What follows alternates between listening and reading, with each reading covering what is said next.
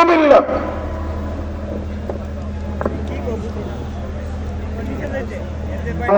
রাহমাতুল্লাহ। আমি অসুস্থ মানুষ, এখানে দেশ বিদেশের গণ্যমান্য লোকদের কথা শুনবার জন্য এসেছি। আমরা যে আন্দোলন নিয়ে আসছি, আমি কুমিল্লার পক্ষ থেকে সর্বাত্মক সমর্থন করি এবং এই আন্দোলন আজকে সরাউদ্দিন উদ্যানে শেষ না হয়ে যায়, থানায় থানায়, জিলায় জিলায়, গ্রামে গ্রামে এই আন্দোলন উত্তোলন করার জন্য আমি দাবি জানাচ্ছি।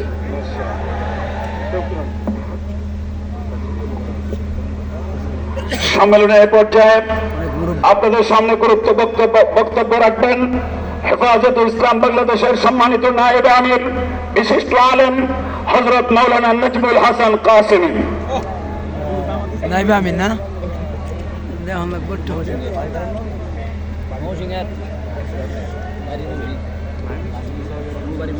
আলহামদুলিল্লাহ ওয়াহদা والصلاة والسلام على من لا نبي بعده أما بعد।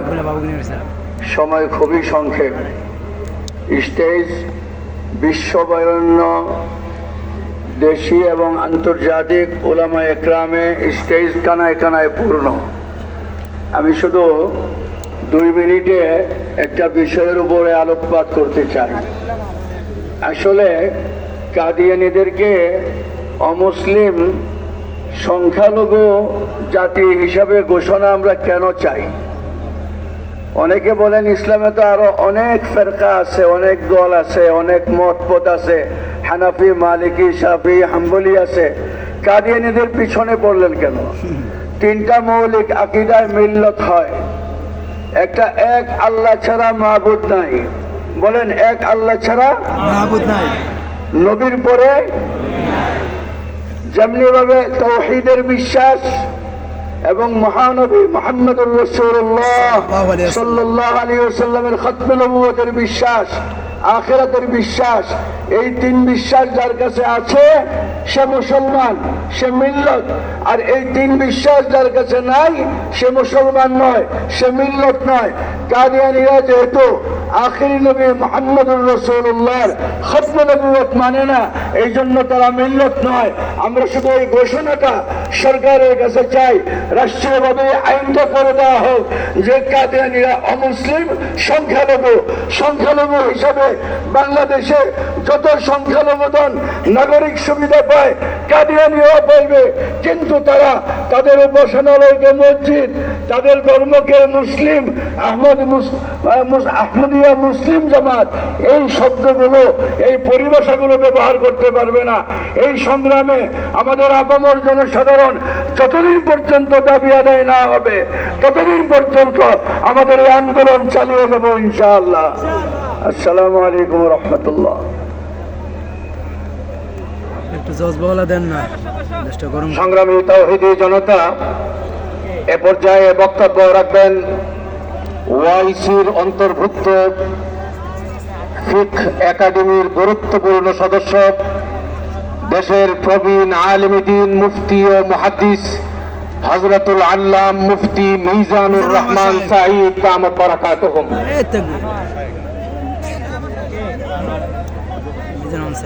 আলহামদুলিল্লাহ ওয়াসসালাতু ওয়াসসালামু আলা রাসূলিল্লাহ, মা বা'দ। أعوذ بالله من الشيطان الرجيم. بسم الله الرحمن الرحيم. ما كان محمد أبا أحد من رجالكم ولكن رسول الله وخاتم النبيين. صدق الله العظيم. আন্তর্জাতিক খতমে নবুয়তের আজ ঐতিহাসিক বাংলাদেশের এই বিশাল বড় জনসমুদ্রের বিজ্ঞ উলামায়ে কেরাম, দেশ বিদেশের অসংখ্য মুফাক্কির ইসলাম, দেশের থেকে আগত সর্বস্তরের নবী প্রেমিক মুসলমান ভাইয়েরা, কথা দুই একটা পরিষ্কার, আমরা কাদিয়ানীকে কাফের ফতোয়া দেওয়া লাগবে না। আল্লামা কাশ্মীরি রহমতুল্লাহ আলাইয়ের যুগ থেকে বিশ্বের অনেক দেশে কাফের ফতোয়া পেয়ে গেছে। সমস্ত উম্মত ঐক্যবদ্ধ, সে কাফের। নতুন করে এই ফতোয়ার দরকার নেই, দরকার একটাই আছে, রাষ্ট্রীয়ভাবে তাদেরকে কাফের ঘোষণা দিতেই হবে, দিতেই হবে, দিতেই হবে। বন্ধুরা আমার, এর জন্য বাংলাদেশের কথা একটাই, আল্লাহ পাকের তাওহীদের মধ্যে যেমন কোন শিরিক নাই, শরীক নাই, মুহাম্মদুর রাসূলের খতমে নবুয়তের মধ্যে কেউ শরীক হইতে পারে না। যে ব্যক্তি রাসূলের পরে নবুয়তের দাবি করবে, কাফের, ওয়াজিবুল কতল। যদি সরকারের মধ্যে উলামায়ে কেরাম যায়, শরীয়ত বিধান হয়, সেই ব্যক্তি ওয়াজিবুল কতল হয়ে যাবে। বন্ধুরা আমার, এখন আমরা ওবায়দুল হক খতিব রহমতুল্লাহ আলাই ওনার চোখের পানি দেখেছি, আল্লামা আহমদ শফি রহমতুল্লাহ আলাইর মেহনত আমরা দেখেছি। এইভাবে মুরব্বীরা এই গোলামত কাদিয়ানির বেঈমানদেরকে বাংলাদেশে অমুসলিম ঘোষণা দেওয়ার জন্য অনেক আন্দোলন শ্রম দিয়েছেন। আর ব্রাহ্মণবাড়িয়া সহ বিভিন্ন দেশে যুবক হাফেজ আলেমরা বুকের তাজা রক্ত দিয়েছেন। আজকে আমরা শেষ কথা বলতে চাই, এই সম্মেলন থেকে আর আমরা রক্ত দিতে চাই না। যদি বর্তমান সরকার, আগামী আগত সরকার রক্ত ছাড়া আজকের সমাবেশের প্রতি শ্রদ্ধা দেখায়া আগামীতে কাদিয়ানি বেঈমানদেরকে অমুসলিম ঘোষণা দিয়া দেয়, ভালো কথা। যদি না দেয়, ইয়ামামার জিহাদে 1200 সাহাবায়ে কেরাম রক্ত দিয়েছেন, প্রয়োজনে 12 লক্ষ যুবক বাংলাদেশে রক্ত দেবে ইনশাআল্লাহ। রাজি আছে কিনা বলেন? আল্লাহ তৌফিক দান করুক। আজকে আমাদের এই সম্মেলনকে কবুল করো, আমাদের পীর সাহেব উলামায়ে কেরামকে কবুল করো। সর্বশেষ আমার একটা ঘোষণা, আমার ওস্তাদ কোটি কোটি মানুষের রাহবর জাস্টিস আল্লামা তাকি উসমানী, যিনি তামাম বিশ্বের ভিতরে প্রভাবশালী ব্যক্তিত্বের মধ্যে 2 নম্বরে আছেন বিশ্বে, উনি আসতে পারেন নাই। দাওয়াত দিয়েছিলেন আমাদের ওলামায়ে কেরাম, দায়িত্বশীল লাগিয়ে হযরতের সাহেবজাদা ডাক্তার ইমরান আশরাফ উসমানী, যিনি দারুল করাচির নায়েবে সদর, নায়েবে মুহতামিমে সানি, জেবার আহমদ উসমানী, নায়েবে মুহতামিমে আউয়াল, ওনাকে পাঠাইছেন। আজ মঞ্চে তিনি উপস্থিত আছেন। তিনি বিশ্বের একজন ইসলামী ফাইন্যান্স, ব্যাংকিং, অর্থনীতির উপরে বিরাট বড় পারদর্শী ব্যক্তিত্ব, দারুল করাচির মুহাদ্দিস। তিনি ইনশাআল্লাহ বয়ান করবেন, এখন বক্তব্য দেবেন আল্লামা তাকি উসমানী সাহেবের পক্ষ থেকে।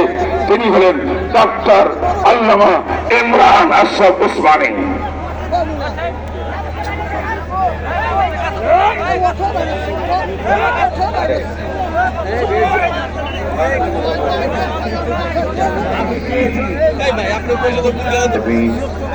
وعلى آله وعلى سيده ونبيه خاتم النبيين وسيد المرسلين وعلى آله وصحبه أجمعين. أما بعد، قال الله تعالى: ما كان أبا أحد من رجالكم ولكن رسول الله وخاتم النبيين وكان الله بكل شيء عليما. जैसा कि आप तमाम हजरात जानते हैं कि मैं यहाँ पर हज़रत वालिद माजिद, हज़रत शेखुल इस्लाम, हज़रत मौलाना मुफ्ती मोहम्मद तकी उस्मानी साहब मद्ददिल्लुहुम के एक अदना एक एलची की तरफ से एक बतौर एलची के उनकी तरफ से पैगाम लेकर आया हूँ। और उन्होंने मुझे कुछ बातें बताई थी कि यहाँ पर उलमाए किराम को ख़ास तौर पे बांग्लादेश में उनको मालूम होना ज़रूरी है। 3-4 पॉइंट्स हैं, तो वो मैं आपके सामने बयान करना ज़रूरी समझता हूँ। पहली बात तो ये है कि कुरान करीम में जब अल्लाह तबारक तआला ने फरमा दिया कि हुज़ूर अकरम सल्लल्लाहु अलैहि वसल्लम की ज़ात ख़ातमुन नबीयीन है और आपके बाद कोई नबी नहीं आएगा, तो उसके बाद फिर कोई ज़रूरत ही नहीं रह जाती किसी किस्म के शुबे की कि कोई नबी आएगा। फरमाया काना खातमुन नबीयीन, और ये फरमाया कि लोकान बादी नबीयन लकाना उमर रज़ियल्लाहु तआला अन्हु, मैं खातमुन नबीयीन हूँ और अगर मेरे बाद कोई नबी होते तो हज़रत उमर होते। तो इसका मतलब यह है कि हुजूर अकरम सल्लल्लाहु अलैहि वसल्लम के बाद अब कोई नबी नहीं आ सकता। और आप शुरू से देखें कि जब हुजूर अकरम सल्लल्लाहु अलैहि वसल्लम के ज़माने में जब मुसैलमा कज़्ज़ाब और दूसरे हज़रात बाज़ लोगों ने जब नबूवत का दावा किया तो हुजूर पाक सल्लल्लाहु अलैहि वसल्लम अपनी हयात में ही उनकी सरकूबी फरमाई। और फिर हज़रत अबू बकर सिद्दीक़ रज़ियल्लाहु अन्हु ने खलीफा बनने के फ़ौरन बाद लश्कर रवाना फरमाया और मुसैलमा कज़्ज़ाब को ख़त्म किया। तो ये पूरी इस 1400 साल या 1500 साल तारीख का हिस्सा है कि तमाम उम्मत मुस्लिमा का इस पर इजमा है कि कोई भी नबी हुजूर अकरम सल्लल्लाहु अलैहि वसल्लम के बाद नहीं आ सकता। इसमें कोई शक व शुबे की गुंजाइश नहीं। ये हमारे ईमान का मसला है, ये हमारे अकीदे का मसला है। अगर हम खुदा न खास्ता इस पर ज़र्रा बराबर में शुक्र करेंगे, शक करेंगे, तो उस सूरत के अंदर हमारा इस्लाम खतरे में हो जाएगा। लिहाजा सबसे पहली बात तो ये कि सबको जानना चाहिए कि कोई शख्स भी अगर नबूवत का दावा करे हुजूर के बाद तो वो नबी नहीं हो सकता। और एक बात ये कि हमारे जो अकाबिर हैं हज़रत अल्लामा अनवर शाह कश्मीरी रहमतुल्लाह अलैह के ज़माने से वो और उससे भी पहले से काफ़ी हज़रात ने इस पर कोशिशें की। एक छोटा सा वाक़या मैं आपको बताऊं कि एक मरतबा एक मुसलमान खातून ने एक कादियानी औरत से बहावलपुर के अंदर शादी कर ली थी और उसके ऊपर एक मुकदमा दर्ज हुआ। तो हज़रत अल्लामा अनवर शाह कश्मीरी रहमतुल्लाह अलैह ने और हमारे दादे अब्बा हज़रत मौलाना मुफ्ती मोहम्मद शफी साहब रहमहुल्लाह और कुछ हमराही साथ गए बहावलपुर।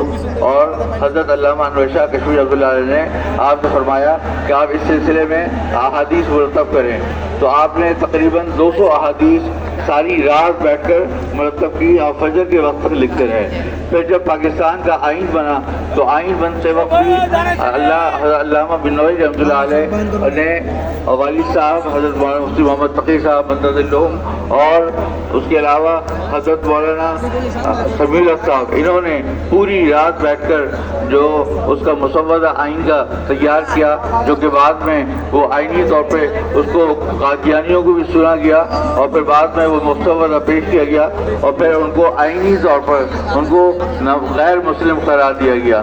तो ये अल्लाह ताला का फजल करम है। बल्कि हज़रत अल्लामा बिनोई रहमतुल्लाह अलैह ने हमारे दादे अब्बा रहमहुल्लाह को फ़ोन करके कहा कि आज जो पुरानी हज़रत अल्लामा अनवर शाह कश्मीरी रहमतुल्लाह अलैह के वाक़े की याद ताज़ा हो गई है। तो लिहाजा मैं तमाम हज़रात से गुजारिश करता हूँ कि हम यहाँ बांग्लादेश के अंदर भी तमाम जो कादियानी हैं उनको गैर मुस्लिम करा दें और उस सिलसिले में जो भी कानूनी और आइनी सूरत हो सकती है उसको मुकम्मल अपनाने के लिए जिस कदर जिद्दोजहद कर सकते हैं वो सब करें। अल्लाह ताला हम सबका हामी व नासिर हो। वाखिर दावाना अल्हम्दुलिल्लाहि रब्बिल आलमीन। সম্মানিত উপস্থিত